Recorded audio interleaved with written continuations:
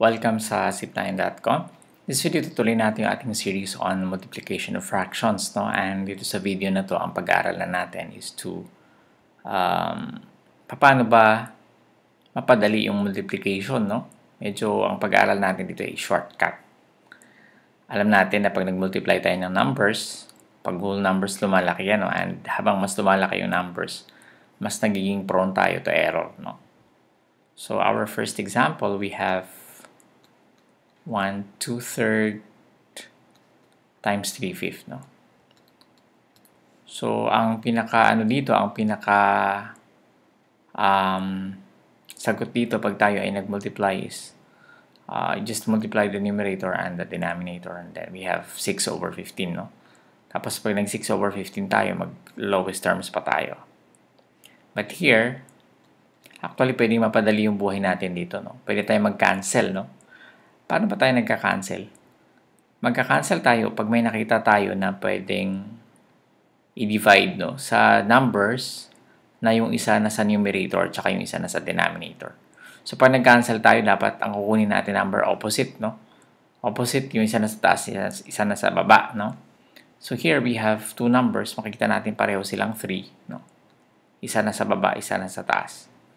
So, 3, ano pwede natin i-divide sa kanilang dalawa? Pwede natin silang i-divide by 3, no? So, 3 divided by 3, magiging 1. Tapos, 3 divided by 3 din, magiging 1. So, kung ano yung dinivide mo dun sa isa, ganun yung i-divide mo dun sa isa. So, here, we divided both numbers by 3. So, pag nakuha na natin yung sagot, yung quotient ng dalawa, multiply na natin, magiging 2. 2 times 1 is 2. And then, 1 times 5 is 5, no? So, we can verify yung original, 2 times 3 over 3 times 5, di ba? So, magiging 15 over, o magiging 6/15, di ba? 6/15. And pwede tayo mag-divide ng 3 on both the denominator and the numerator. So, magiging 2/5. Okay, so nakita nyo kung paano napadali yung buhay natin, no? Nagiging mas mabilis pag meron tayong ika-cancel. Number 2,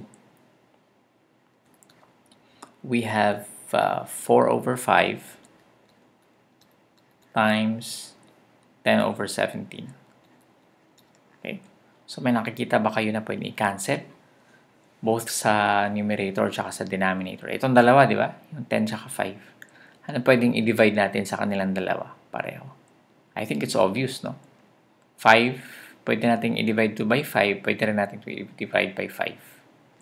So, that is 5 divided by 5, 1. 10 divided by 5, 2.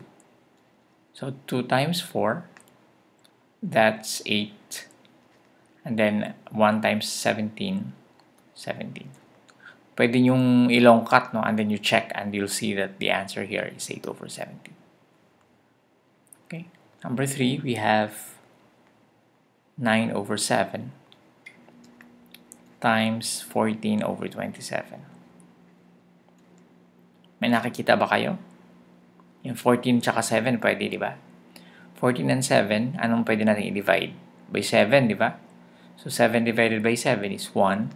14 divided by 7 is 2. Yun lang ba pwede? Pwede rin to. Yung 9 tsaka 27, no? Again, yung rule natin, dapat yung isa na sa numerator tsaka yung isa na sa denominator. So, here, nag-a-apply pa rin yung rule natin dahil yung 9 natin sa numerator tsaka yung 27 natin sa denominator. So, anong pwede natin i-divide sa kanilang dalawa? That's 9, di ba? 9 divided by 9 is 1. 27 divided by 9 is 3. Okay, so we multiply the remaining numbers. Now, 1 times 2, it's 2. 1 times 3, 3. Nakita nyo, pag nag-multiply tayo ng 9 times 14, tsaka 7 times 27, ang laki-laki, di ba? So, dito hindi na natin kailangan mag-multiply ng malaking numbers. Okay? So, number 4.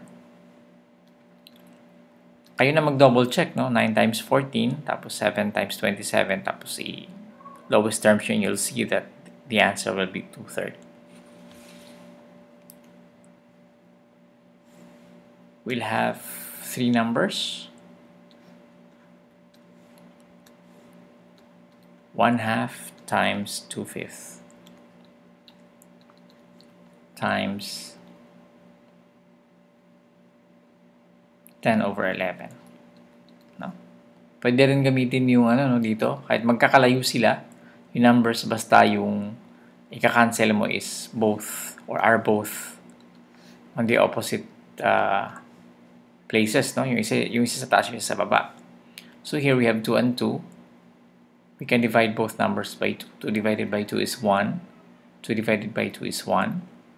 And then 5 and 10. We have 10 divided by 5 is 2. 5 divided by 5 is 1. 1 times 1 times 2, that's 2. 1 times 1 times 11, that's 11. Okay.